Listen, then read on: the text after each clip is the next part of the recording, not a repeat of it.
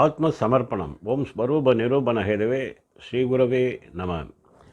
கடகம் ராசிக்கான ஆடி மாத கோச்சார கிரக நகர்வுகளின் அடிப்படையில் பார்க்கும் பொழுது உங்கள் ராசியிலே ஜென்மத்திலே சூரியன், அதே போல் உங்கள் ராசிநாதன் உங்கள் ராசிக்கு 9ஆம் இடமான மீனத்திலே சந்திரன்.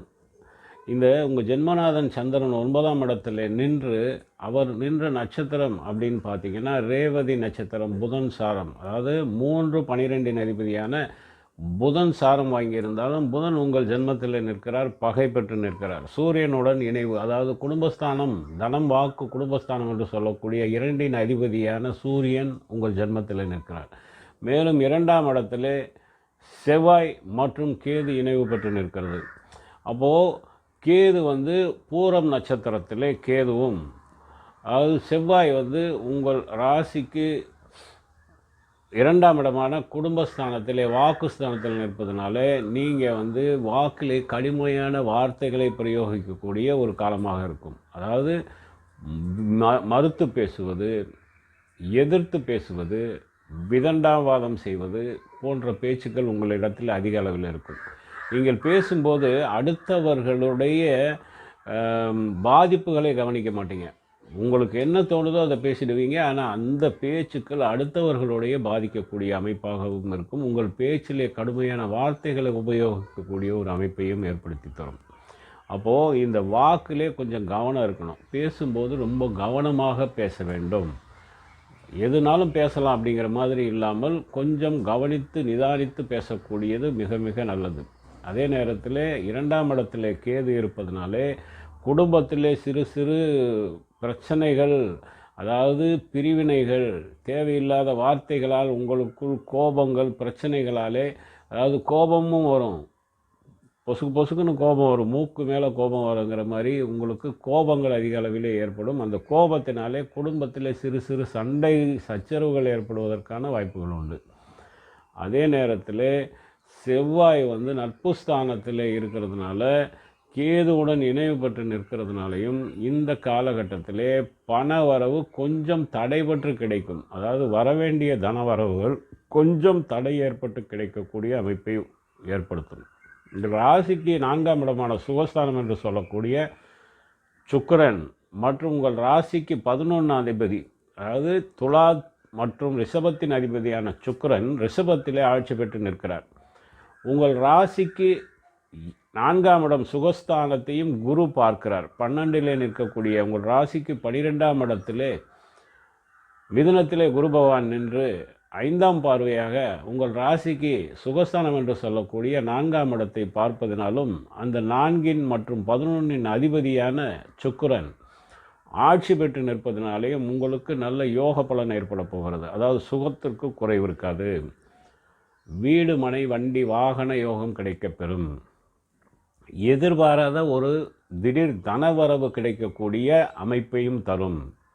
அதே நேரத்தில் அதாவது தந்தை சம்பந்தப்பட்ட கவலைகள், தந்தையினுடைய உடல்நலக் கோளாறு அல்லது தந்தை ஏதாவது ஒரு கவலையில் இருந்து கொண்டிருக்கிறார் அப்படிங்கிற கவலையில் நீங்கள் இருந்தீங்கன்னா அந்த கவலை மாறக்கூடிய யோக அமைப்பை தரும். அதாவது தந்தை பற்றிய கவலைகள் மாறும். உறவினர்கள் உங்களுக்கு உறுதுணையாக இருப்பார்கள். உறவினர்கள் உங்களுக்கு தேவை அறிந்து உதவி செய்யக்கூடிய ஒரு அமைப்பிலே இருப்பார்கள். அது மட்டுமல்ல, உங்களுக்கு இந்த காலகட்டத்திலே பிரயாணங்கள் ஏற்படும். இந்த பிரயாணங்கள் கண்டிப்பாக அது தொழில், உத்தியோகம் மற்றும் வியாபார ரீதியாக எதுவாக இருந்தாலும் அந்த பிரயாணம் உங்களுக்கு வெற்றியை தரும். மேலும் பார்த்தீங்கன்னா இந்த 4ஆம் இடம் என்பது கல்விக்கான ஒரு ஸ்தானமும் கூட, கல்விக்கான பாவமும் கூட. இந்த கல்வியிலே குறைவு இருக்காது. படிப்பிலே இருப்பவர்கள் கல்வியிலே சிறந்து விளங்கக்கூடிய ஒரு அமைப்பை தரும். அதாவது நீங்கள் எந்த ஒரு பரீட்சை தேர்வு எழுதினாலும் அதில் கண்டிப்பாக உங்களுக்கு வெற்றி பெறக்கூடிய யோக அமைப்பை காட்டுகிறது. கல்வி, உயர்கல்வி, மேல்நிலை கல்வி, பட்டப்படிப்பு, அதாவது முதுகலை பட்டப்படிப்பு போன்ற படிப்பில் ஈடுபடுபவர்களுக்கு நல்ல ஒரு ரிசல்ட் கிடைக்கக்கூடிய யோக அமைப்பு கண்டிப்பாக உண்டு.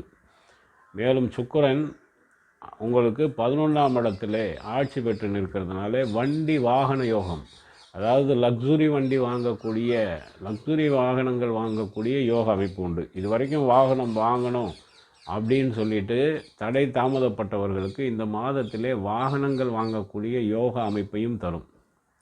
அதே நேரத்தில் பழைய வாகனங்களை கொடுத்து புதிது வாங்கக்கூடிய அமைப்பும் உண்டு. வீடு மனை வாங்கி சேர்க்கக்கூடிய அமைப்பும் உண்டு. வீடு கட்டக்கூடிய யோகம் உண்டு. வீட்டுக்கான நிலம் வாங்கக்கூடியது, விவசாயத்திற்கான நிலம் வாங்கக்கூடிய யோக அமைப்பை தரும். இந்த விவசாய நிலம் என்று சொல்லக்கூடியது விவசாயம் செய்பவர்களுக்கு யோகம்.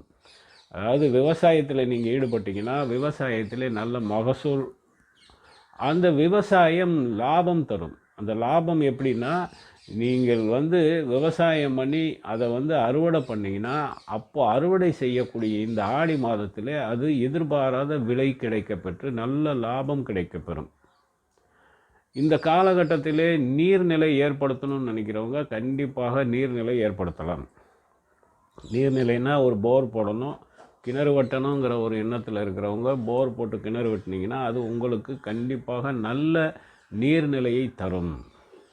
மேலும் போட்டிகளிலே பந்தயங்களிலே கலந்து கொண்டு வெற்றி பெற்று பொருள் பாராட்டு பரிசு வாங்கக்கூடிய யோகா அமைப்பையும் தரும். மேலும் இந்த 4ஆம் இடம் அப்படிங்கிறது சுகஸ்தானம் மட்டுமல்ல, யோகஸ்தானம் என்றும் சொல்லலாம்.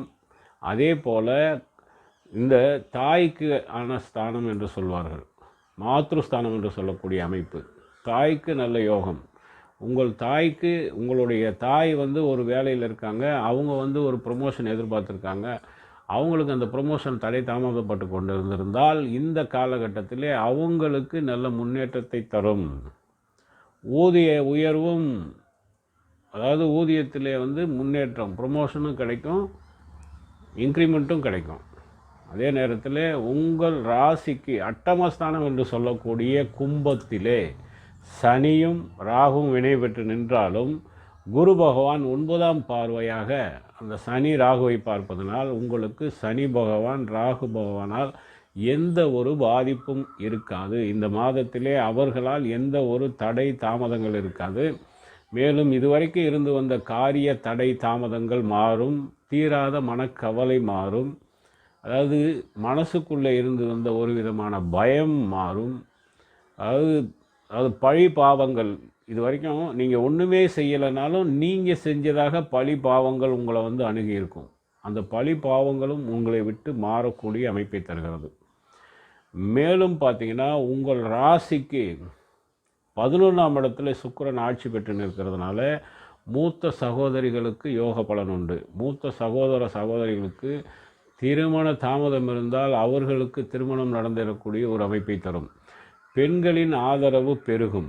நீங்களும் பெண்களுக்கு ஆதரவாக இருப்பீர்கள், பெண்கள் உங்களுக்கு ஆதரவாக இருப்பார்கள். பெண்களால் வருமானம் கிடைக்கக்கூடிய யோக பலன் உண்டு. பெண்களுடைய ஆதரவு மட்டுமல்ல, பெண்களால் நல்ல முன்னேற்றமான ஒரு அமைப்பையும் தரப்போகிறது.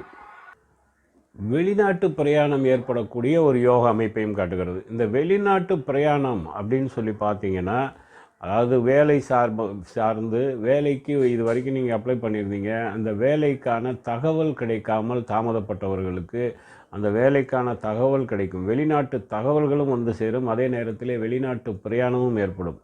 இந்த வெளிநாடு உத்தியோகத்திற்காக முயற்சி பண்ணவர்கள் கண்டிப்பாக நீங்கள் வெளிநாட்டிலே சென்று இந்த மாதத்திலே உத்தியோகத்திலே இணையக்கூடிய, உத்தியோகத்தில் ஜாயின் பண்ணக்கூடிய ஒரு அமைப்பையும் காட்டுகிறது. அதே நேரத்தில் வெளிநாட்டு பிரயாணம் அடிக்கடி செய்யக்கூடிய ஒரு அமைப்பும் உண்டு. மேலும் இந்த 11ஆம் இடம் அப்படிங்கிறது மூத்த சகோதர ஸ்தானம் மட்டுமல்ல, லாபஸ்தானம் என்று சொல்லக்கூடிய அமைப்பையும் தரும். இந்த அதாவது தொழில் விருத்தி, தொழில் மேன்மை, நல்ல எண்ணத்தை ஏற்படுத்தும். அதாவது வித்தியாசமான ஒரு அணுகுமுறை, இதுவரை இல்லாத ஒரு வித்தியாசமான நல்ல எண்ணங்கள் ஏற்பட்டு அதை செயல்படுத்துவதன் மூலம் நல்ல லாபம் கிடைக்கக்கூடிய யோக அமைப்பையும் தரும். இந்த மாதத்தில் 11ஆம் இடமும் சிறப்பாக இயங்குகிறது. சுகஸ்தானத்திற்கு குறைவு இருக்காது. அட்டமஸ்தானத்தில் நின்ற சனி ராகுவால் உங்களுக்கு எந்த ஒரு பாதிப்பும் வராது. ஆக மொத்தத்தில் ஆடி மாதம் என்பது உங்களுக்கு நல்ல யோக பலன்களை தரக்கூடிய ஒரு மாதமாக அமையும். இதற்கு முன்பு வந்த பதிவு, அடுத்தடுத்து வரக்கூடிய பதிவுகளை நீங்கள் பார்க்கணுன்னு விரும்புனீங்கன்னா சப்ஸ்கிரைப் பண்ணுங்கள், லைக் பண்ணுங்கள். நன்றி. ஓம் சிவாய நம.